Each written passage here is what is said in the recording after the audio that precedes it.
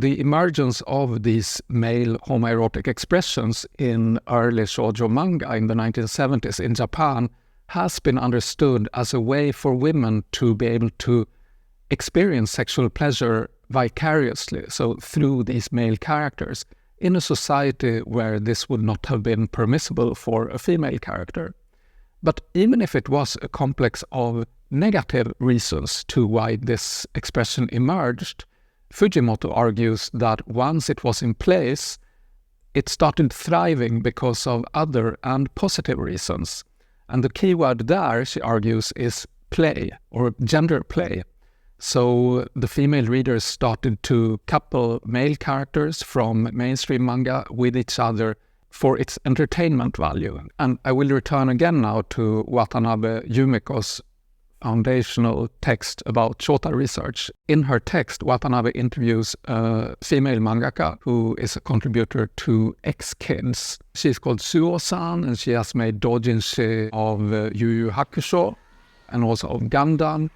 But now she's drawing Shinji and Kaoru from Neon Genesis Evangelion. And Suo-san says that it wasn't until Kaoru appeared in the series that she realized Shinji's shota potential. Yeah.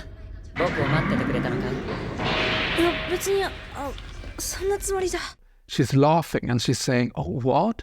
You can see Shinji in this way? He can be an uke, for example." So what she's saying is that Shinji didn't become whole until he was complemented or completed by this other character, which was Kaoru. So Watanabe concludes that no partner, no moe, because words like relationship, relations, relativity are key to understand how women read and create doujinshi. So Watanabe continues and says that the industry was at a loss. They didn't know how to attract female readers because it wasn't enough with a cute character. And this is where Wataru was so important, because Wataru was a robot gag anime aimed at children. But halfway through the series, they introduce a second character, Torao, who becomes Wataru's rival. And this is when Wataru takes off. This awakens the shota mind of the viewers, according to Watanabe. So Wataru was instrumental for shota to evolve into its own genre. This relation was the key that the industry had been missing until then. And this would change anime in its foundation, because henceforth you would always see that the protagonist had a rival or a best friend, like in Hunter x Hunter. We have Gon and we have Killua. And of course the X in Hunter x Hunter refers to the coupling, so Hunter coupled with Hunter. So you have this mindset even in the title of a very popular mainstream manga and anime. Similar to in slash fiction in the US, where the most common example is Kirk/Spock. So Kirk coupled with Spock in Star Trek.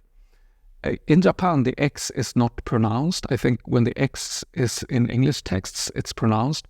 But nowadays, for example, there is a trending manga called Shota Oni. It's extremely popular. I found it at Animate in Ikebukuro, where it had its own shelf, where female high school students would aggregate and browse these manga. So it's not explicit, but it's hinting. So and the hinting pages is what they have enlarged and pasted on the short side of this shelf. So when I was at the Boys Love exhibition at the Kadokawa Culture Museum in June 2023, I found these coupling catalogs. It's some kind of catalogs of almost endless possible coupling combinations. There is also something that wasn't a catalog, but more like small little notes. And I think that this might be some kind of game that you take one character from one stack and one character from another stack, and then you can see if they make a good couple. I don't know, but the focus on coupling was evident in these catalogs. This is a catalog from Johnny's World. And when you see all these photos of idols, I wonder if there's a coupling aspect to that. This is a catalog or magazine for a beauty contest for men between 12 and 25. And I wonder if one of the allures of these kind of contests is for female fans to couple these boys with each other. Yes, they are real, actual boys and young men in one sense, but in another sense, as Nagaike explains in her article about fan culture and idol culture in Japan, female fans of these Johnny's idols fictionalize them.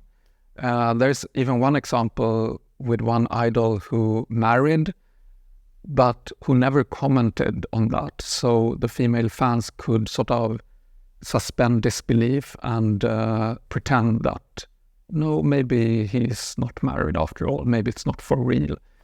And I also saw a talk at the Macadamia conference in Kyoto in May 2023 by Maiko Nakamura. It was called Beyond Fujoshi's Imagination, the entree of Johnny's idols into the BL industry. And all this points to these idols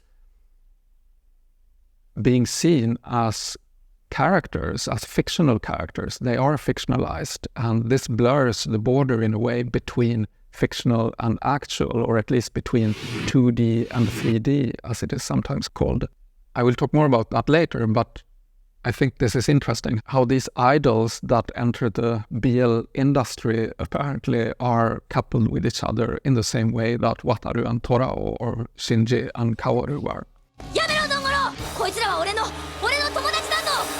Anyway, the point here is that coupling is a key aspect of women's reading of doujinshi, but not necessarily of men's. And that's what we will talk about next, where items that create moe, that is an affection for fictional characters, are key. So let's turn to that next. Bye-bye.